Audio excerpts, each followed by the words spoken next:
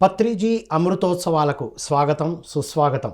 బ్రహ్మర్షి పత్రిజీ వారు ఎన్నో అద్భుతమైన కాన్సెప్ట్స్ మనకు అందించారు.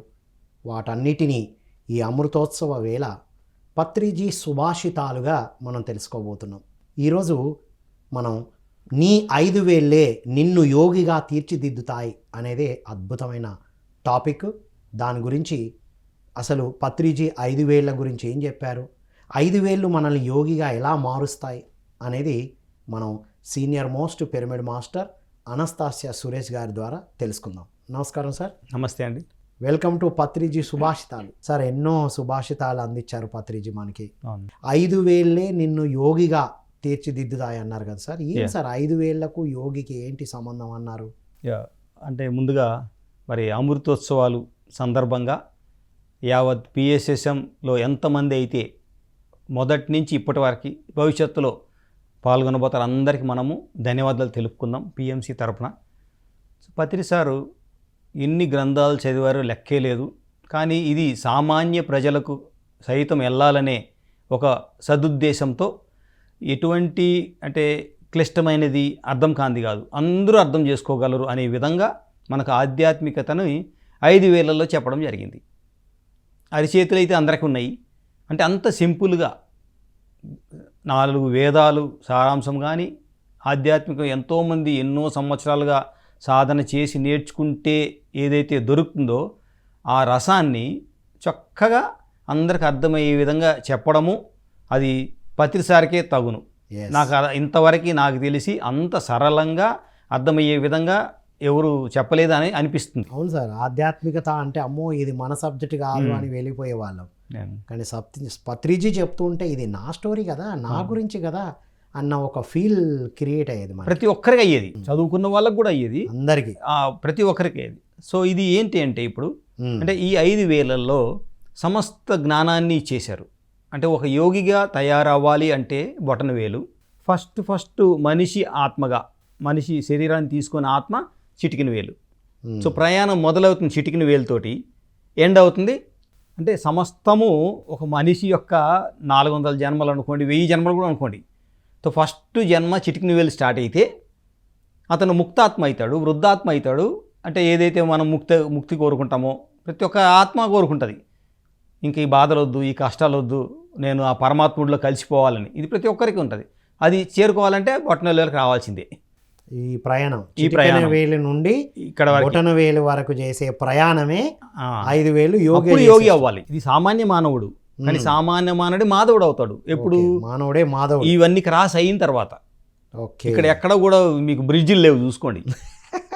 బ్రిడ్జిలు అంటే షార్ట్ కట్లు, ఆధ్యాత్మికలో షార్ట్ కట్లు లేవు. Take your own time. ఎందుకంటే ఆత్మ సమయానికి పరిమితం కాదు, అపరిమితమైనది, ఇన్ఫైనైట్ టైం ఉంది. సో ఆ చాయిస్ ఎవరికి ఉంది అంటే ఆత్మకే ఉంది. సో అందరూ పత్రిసార్ కోరిక ఏంటంటే ఈ జన్మలోనే ఆఖరి జన్మ చేసుకోండి, ఈ జన్మలోనే అందరూ యోగులు కండి, మళ్ళీ ఇంతటి సువర్ణ అవకాశం మళ్ళీ వస్తుందో రాదో తెలియదు. ఆ యొక్క ఉద్దేశంతోనే ఇంత సరళంగా చెప్పారు. సో ఒకసారి నేను వినడం ఏమిటంటే ఈ 5 ఫింగర్ కాన్సెప్ట్ సార్ దగ్గర 3000 రకాలు ఉన్నాయంట. 3000 రకాలు అంటే ఒకటే 5 ఫింగర్ కాన్సెప్ట్ 3000 రకాలు ఉన్నాయి. కానీ అంత అర్థం చేసుకునేదానికి ఇంకా మీరు ఎదగలేదు కాబట్టి మచ్చుకు కొన్ని మాత్రమే బయటికి తీశాను అన్నారు. అంటే మనం ఇంకా ఎంత ఎదగాలి, 5-6 రకాలుగా చెప్పి ఉంటారు అంతే. నాకు 10 వరకు తెలుసు, అంటే కొంచెం ప్రతి క్లాసులో వెళ్ళి రాసుకోవడం కాబట్టి. సో మనము అంటే అంత అద్భుతంగా కాన్సెప్ట్లు ఉంటాయి. సో ఫస్ట్ ఏ ఆత్మ అయితే వస్తుందో భూమి మీదకి, సో ఆ ఆత్మ తమో గుణము. ఫస్ట్ గుణాల గురించి చెప్పారు, అంటే చిటికిన వేలు. ఓకే, తమో గుణం. ఇక్కడ ఒక 100 జన్మలు అంటే బేబీ సోల్. అతను ఇంకా నడవడం రాదు, దోగాడుతూ ఉంటాడు. దోగాడేవాడిని పరిగెత్తమంటే అట్ట, మన బుద్ధి తక్కువ. దోగాడేవాడు సహజంగా దోగాడతాడు, అంటే శారీరకంగా కనబడేది. శారీరకంగా ఆత్మ తక్కువ జన్మలు తీసుకున్నా, ఫస్ట్ జన్మలు. ఇంకా ఏమీ తెలియదు ఆ క్లాసులో ఫస్ట్. కాబట్టి అన్నీ నేర్చుకోవాలి, తప్పులు ఉంటాయి, ఒప్పులు ఉంటాయి. అతన్ని నేర్చుకుంటున్నాడు కాబట్టి అది బేబీ సోల్. ఇది తమో గుణము బేబీ సోల్. ఓకే. సో ఇది ఓన్లీ భుక్తి కోసం మాత్రమే పనిచేస్తాడు. భుక్తి అంతే. శరీరానికి కావాల్సింది ఏంటి? నిద్ర, మైథునము, తర్వాత ఆహారం, ఇంతే. సో బేసిక్ అదే ఉంటుంది, అది కరెక్టే. అది వయస్సు ఎంత ఉన్నా కొంతమంది దాంట్లోనే ఉన్నారు అంటే ఇక్కడ బేబీ సోల్గా తమో గుణంలో ఉన్నారు. కొన్ని జన్మలు ఉన్నారు. కొన్ని జన్మలు నేర్చుకోవాలంటే కొన్ని జన్మలు పడతాయి. సో సరాసరి 100 జన్మలు కూడా అవ్వచ్చు.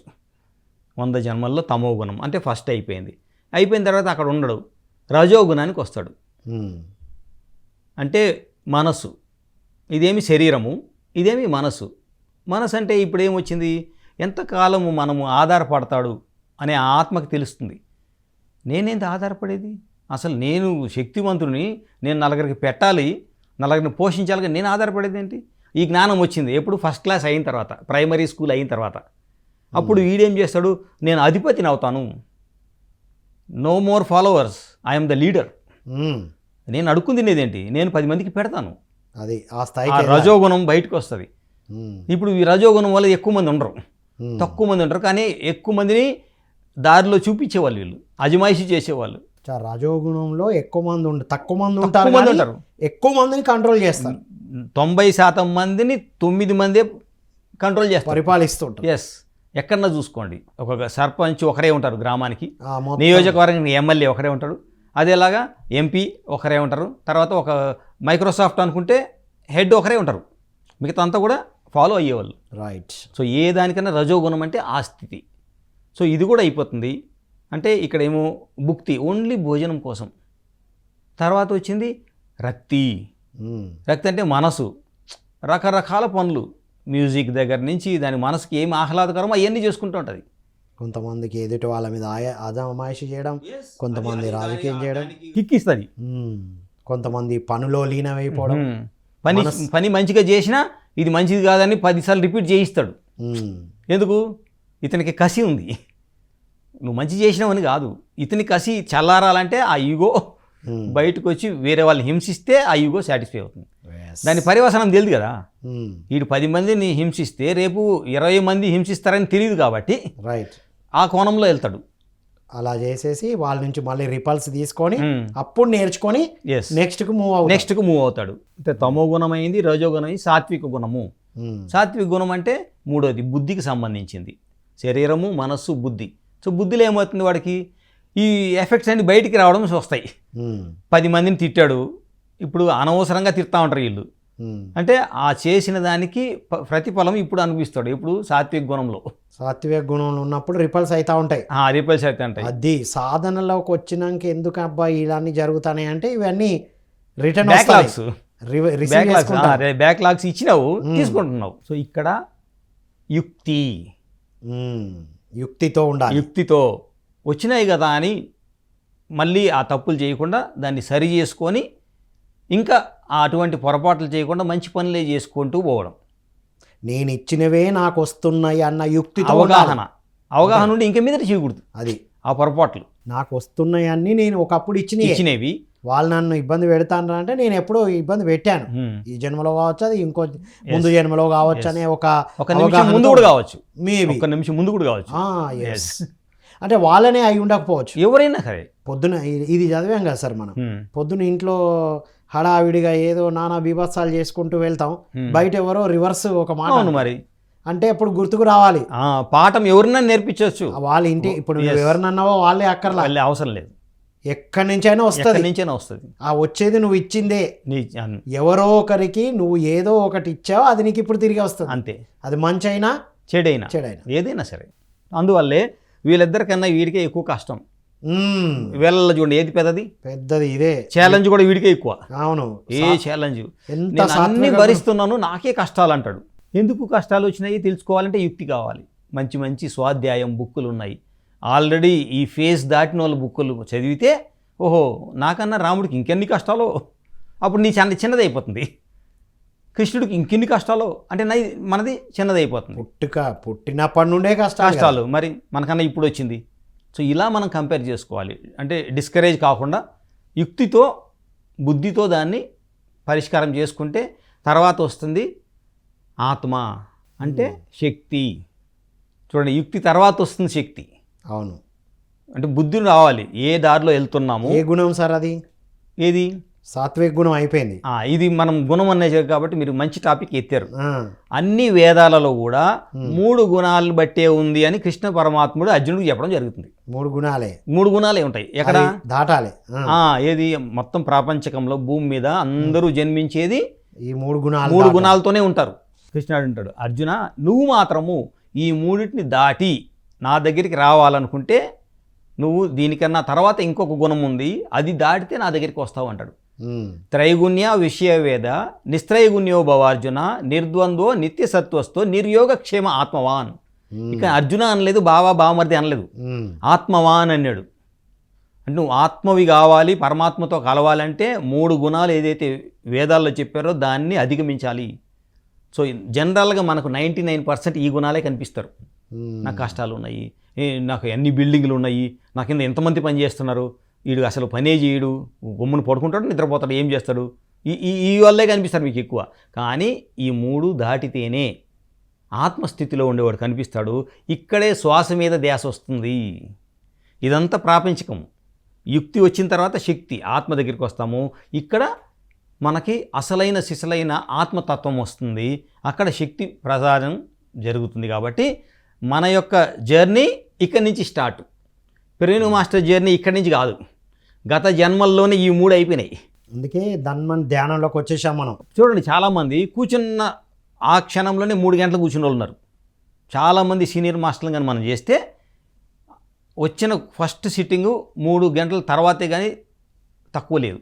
అంటే వీళ్ళు ఆల్రెడీ ఈ 3 గుణాలు గత జన్మల్లోనే అయిపోయి ఇప్పుడు ఆజ్ఞాచక్రంలో, అంటే ఇంకొక మెట్టే ఉంది, దానికోసం వచ్చిన వాళ్ళు ఆత్మస్థితిలో ఇక్కడ మనకు శక్తిని సంపాదించుకుంటాము. ఇంకా ఇప్పుడు ఎక్కడైతే ఇక్కడికి వచ్చేసామో నెక్స్ట్ ఒకటే స్టెప్ ఉంది. కానీ ఈ స్టెప్కి రావాలంటే దూరం ఎక్కువ ఉంది. చూసుకోండి, ఇక్కడేమో డిస్టెన్స్ తక్కువ, ఇక్కడ డిస్టెన్స్ తక్కువ ఉంది.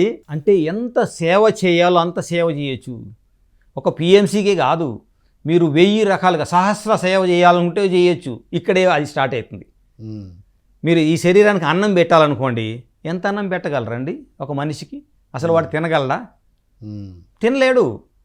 ఇంత అయితే ఎంత పెట్టినా ఇక చాలా అంటాడు, చాలా అంటాడు. ఒకే ఏదో ఒక దశలో చాలు అంటారు. సో ఇది శారీరకమైనది. ఇది ఈ దానం అనేది ఇది శరీరం, అది లిమిటెడ్. సరే, మనసు ఎన్ని సినిమాలు చూస్తారండి, ఎంత ఎంజాయ్మెంట్ చేస్తారు, దానికి కూడా ఒక లిమిట్ అనేది. అబ్బాయి ఇక చాలు అన్న ఫీల్ వస్తుంది. అక్కడ కూడా కోరికలు అనంతం కావచ్చు, కానీ ఒకటి సాటిస్ఫై అయినప్పుడు రెండో దానికి వెళ్ళలేము, రిలాక్స్ కావాలి. ఇది కూడా చాలు, కానీ కొంచెం నన్ను వైరాగ్యం వస్తుంది. చూసారా మీరు, ఎక్కువ అయిపోయినప్పుడు వైరాగ్యం వస్తుంది. ఎందుకంటే మనసు అనేది కోరికలు ఉంటుంది, కానీ ఒక దగ్గరికి వచ్చిన తర్వాత సాచురేట్ అయిపోతుంది. రేపు చూసుకుందాం కానీ ఈ రోజుకి అయిపోయింది నైనా అని. అంటే ఇది తర్వాత ఇది కూడా లిమిటెడే. తర్వాత వస్తుంది బుద్ధి. బుద్ధి ఏం చేస్తుంది? ప్రతి దాన్ని జడ్జ్ చేసుకుంటూ ఉంటుంది. ఇంకా వేరే పని బాట లేకుండా ఏది కనిపించినా మంచి చెడు అంటే జడ్జిమెంట్ లేదు ఇక్కడ. ఎవడు కనిపి వీడు పొట్టిగా ఉన్నాడు, వీడు పొడుగ్గా ఉన్నాడు, వీడు నల్లగా ఉన్నాడు, వీడు తెల్లగా ఉన్నాడు, వీడికి లావుగా ఉన్నాడు, వీడు సన్నగా, ఇంకా జీవితాంతం ఇంతేనా? ధ్యానం చేసినా వాళ్ళకి అనుభవాలు వస్తాయి, వీళ్ళకి అనుభవాలు రావట్లేదు. అన్నీ ఇదే. వీళ్ళు బుక్కులు చదవరు, వీళ్ళు ధ్యానం చేస్తారు కానీ బుక్కులు చదవరు, అన్నీ చేస్తారు కానీ సేవ చేయరు, సేవ చేస్తారు కానీ స్వార్థంతో ఉంటారు. ఇక్కడ ఇది కూడా జరుగుతుంది. చాలా ఉంటాయి. ఇది కూడా దాటాలి మనం. బుద్ధిని జ్ఞానంగా మలుచుకోవాలి. ప్రాపంచిక బుద్ధిని ఆత్మజ్ఞానంగా మలుచుకున్నప్పుడు అప్పుడు ఆత్మస్థితి వస్తుంది. ప్రతి ప్రేరణ మాస్టర్ కూడా ఆత్మస్థితికి చెందిన వాళ్ళు, వాళ్ళకి తెలియాలి. ఇక గుణాలు లేవి, 3 గుణాలు లేవు, 3 గుణాలు వెళ్ళిపోయినాయి. ప్రేరణ మాస్టర్ ఆడితే ఆత్మనే, ఇక ఆత్మే. ఇంకా ఇప్పుడు 10 సంవత్సరాల తర్వాత ఎవరన్నా ఈ వీడియో చూసి వచ్చినా వాళ్ళు 3 గుణాల వాళ్ళు కాదు. 3 గుణాలు వాళ్ళతో ఉండొచ్చు, అంటే ఉంటారు, పాత్ర పోషిస్తారు, కానీ యాక్చువల్గా వాళ్ళు ఆజ్ఞాచక్రానికి చెందిన వాళ్ళు. సో వాళ్ళ ప్రయాణం ఎలా ఉంటుంది అంటే నేర్చుకున్న వెంటనే సేవలో అంకితం అయిపోతారు. చూసుకోండి, ఆటోమేటిక్గా ఎవరు చెప్పక్కర్లేదు. మంచి మాటలు విన్నారు వెంటనే 10 మందికి పరిగెత్తారు. వీళ్ళు వదిలేస్తారు. ఇంకా ఆఫీస్ అంటే ఆఫీస్లో చెప్తారు, బస్సులో అయితే బస్సులో చెప్తారు, కూరగాయల మార్కెట్కి వెళ్తే అక్కడ కూడా పాంప్లెట్ పట్టుకెళ్తాడు. ఇదేమిటో గోళ అంటాడు బయటోడు. ఎందుకంటే వాడు 3 గుణాలతో ఉన్నాడు కానీ ఇంకా ఇక్కడ రాలేదు. డబ్బు ఇస్తే పనిచేసేవాళ్ళు వీళ్ళు 3, డబ్బులు లేకుండా కూడా ఆత్మ పరిణితి కోసం పనిచేసేవాళ్ళు ఆత్మతత్వంలో ఉన్నవాళ్ళు. సో ఇక్కడ అర్జునుడైతే ఇక్కడ ఉండేవాడు కృష్ణుడు. సో సహస్రారము. సో ఈ అర్జునుడికి కృష్ణుడు చేసే అదే దాన్నే భగవద్గీత అంటాం. ఉపదేశమే. ఒక యోగిగా కావాలి అంటే అర్జునులాగా తయారవ్వాలి. ఆ యోగే తర్వాత సేవ చేసిన తర్వాత యోగీశ్వరుడుగా తయారవుతాడు. పరమాత్మ యోగీశ్వరుడు. ఇక్కడ ముక్తి వస్తుంది. ఇక్కడ ఏంటి అనుకున్నాం? ఫస్ట్ శరీరము, మనస్సు, బుద్ధి, ఆత్మ, పరమాత్మ. అదేలాగా ఆహారం వస్తే ఇక్కడ భుక్తి, రక్తి, యుక్తి, శక్తి, ముక్తి. ధ్యానంలోకి వచ్చిన వెంటనే ముక్తి రాదు. ఇవన్నీ ఫేజ్ అయితే అప్పుడు లాస్ట్లో వచ్చేది యోగీశ్వరుడు అయితే అప్పుడు ముక్తి వస్తుంది. సో తమోగుణము, రజోగుణము, సాత్విక గుణం గురించి వేదాలు చెప్పినాయి. కానీ కృష్ణుడు ఏం చెప్తాడు, పత్రి ఏం చెప్తారంటే శుద్ధ సాత్విక గుణం ఒకడు ఉంది, హనుమంతుల వారు. హనుమంతుల వారిని మీరు చేరుకుంటేనే రాముల వారికి చేరుకుంటారు. అప్పుడు నిర్గుణము, చివరిది నిర్గుణము. అంటే ఏది లేదని కాదు, అన్ని గుణాలు కలిసిపోయిందని అర్థం.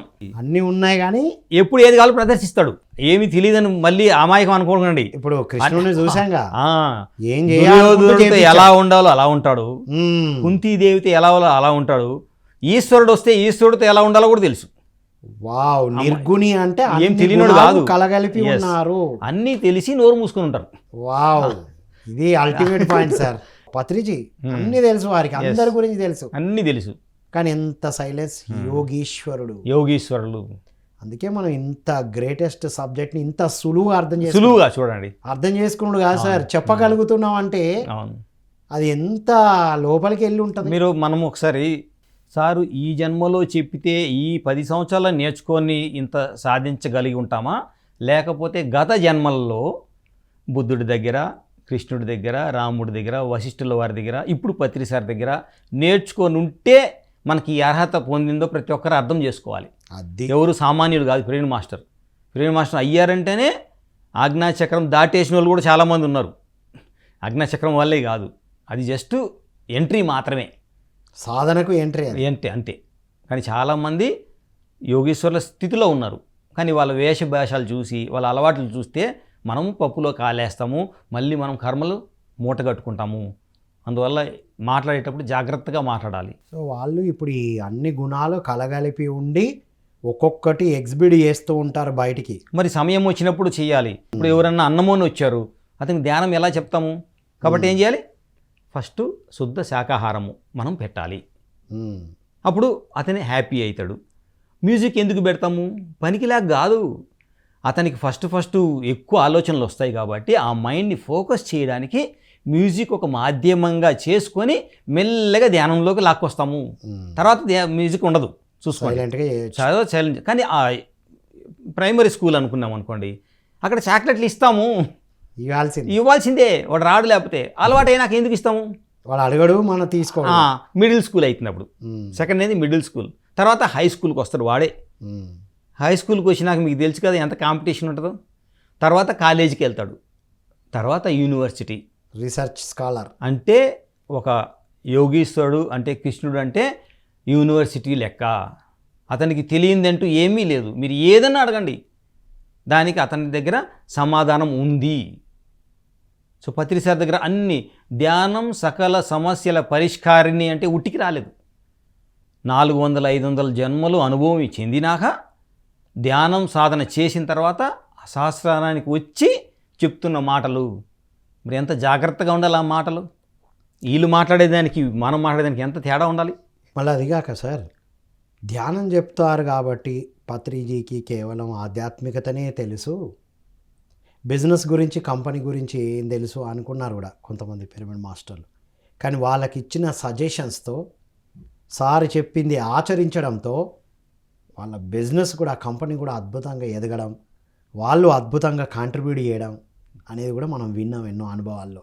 దీనికి చిన్న ఎగ్జాంపుల్ నా అవగాహన ప్రకారం చెప్పండి. ఎవరైనా ఎవరెస్ట్ శిఖరం పైన ఉన్నారనుకోండి, చిట్ట చివరన, అంటే సడన్గా అక్కడ దూకాడా లేకపోతే ఎక్కాడా అని మనం అర్థం చేసుకోవాలి.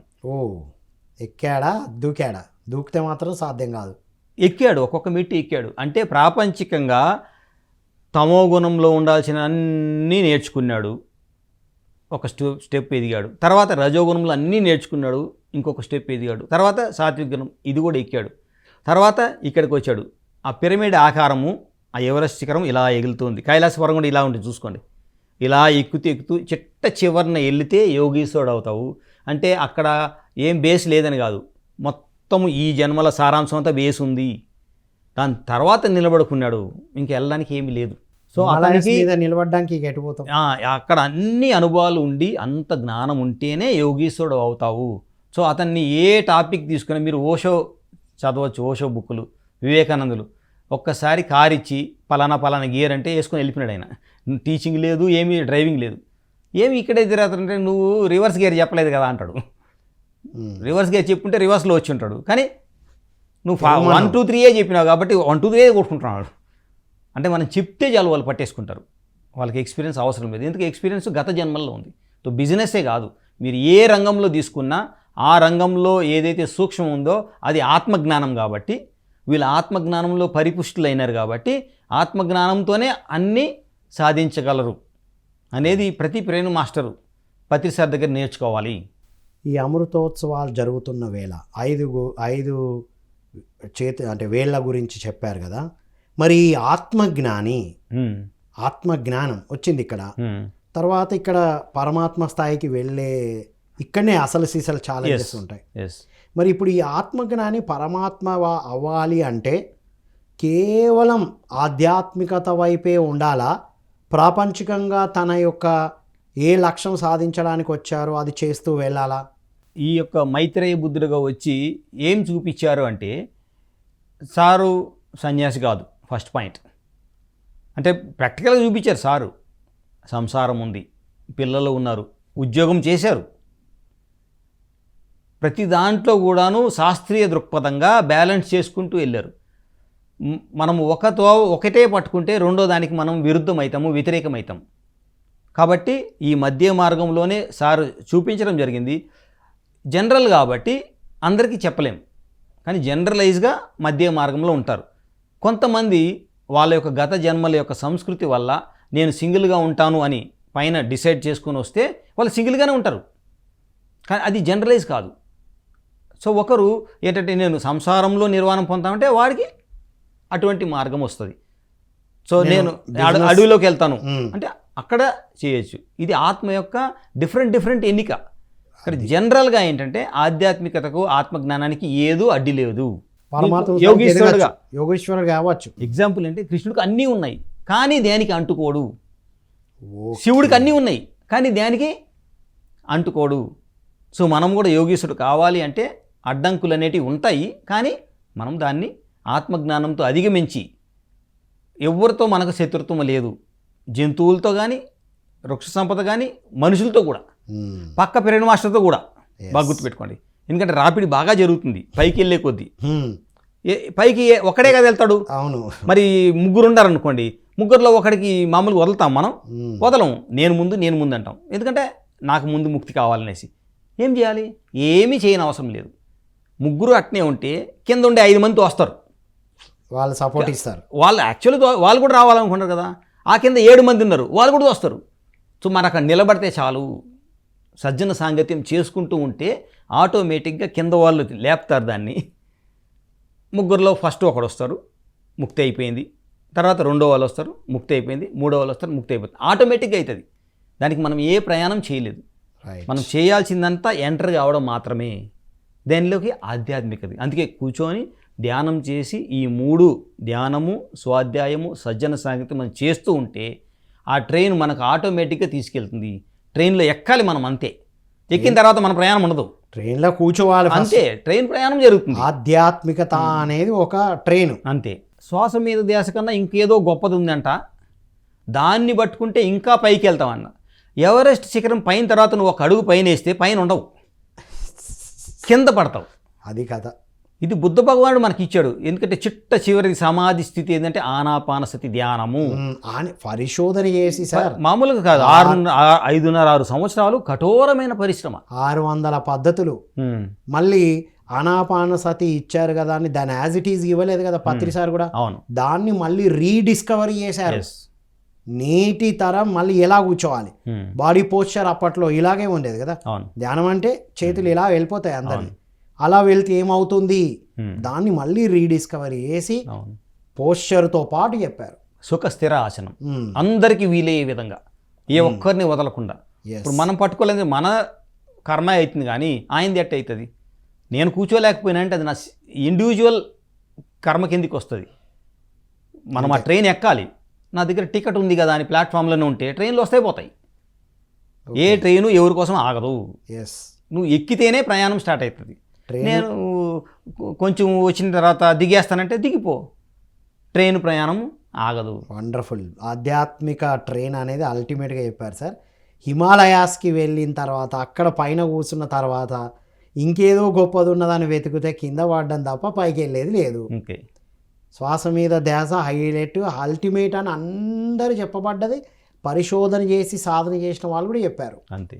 Wonderful sir, wonderful. సో ఇదంతా దాటాలంటే ఎన్ని సంవత్సరాలు, ఎన్ని జన్మలు పట్టచ్చు అంటారు? పోనీ ఎన్ని సంవత్సరాలు, జన్మలు పక్కన పెడదాం, ఇప్పుడు ఉన్న ఈ జన్మలోనే సాధ్యమా?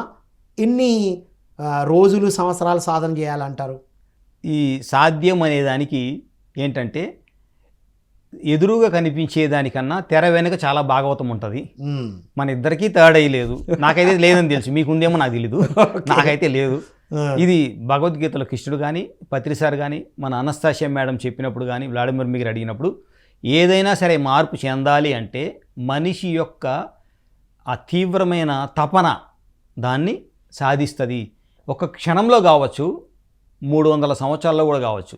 అది మన తపన, కృషి, పట్టుదల మీద ఆధారపడుతుంది. సో అంతేగాని నేను ఇన్ని సంవత్సరాలు చేశానంటే తపన లేకపోతే ఎన్ని సంవత్సరాలు చేసి ఏముంది? అది డ్యూటీ లాగా చేస్తున్నారు.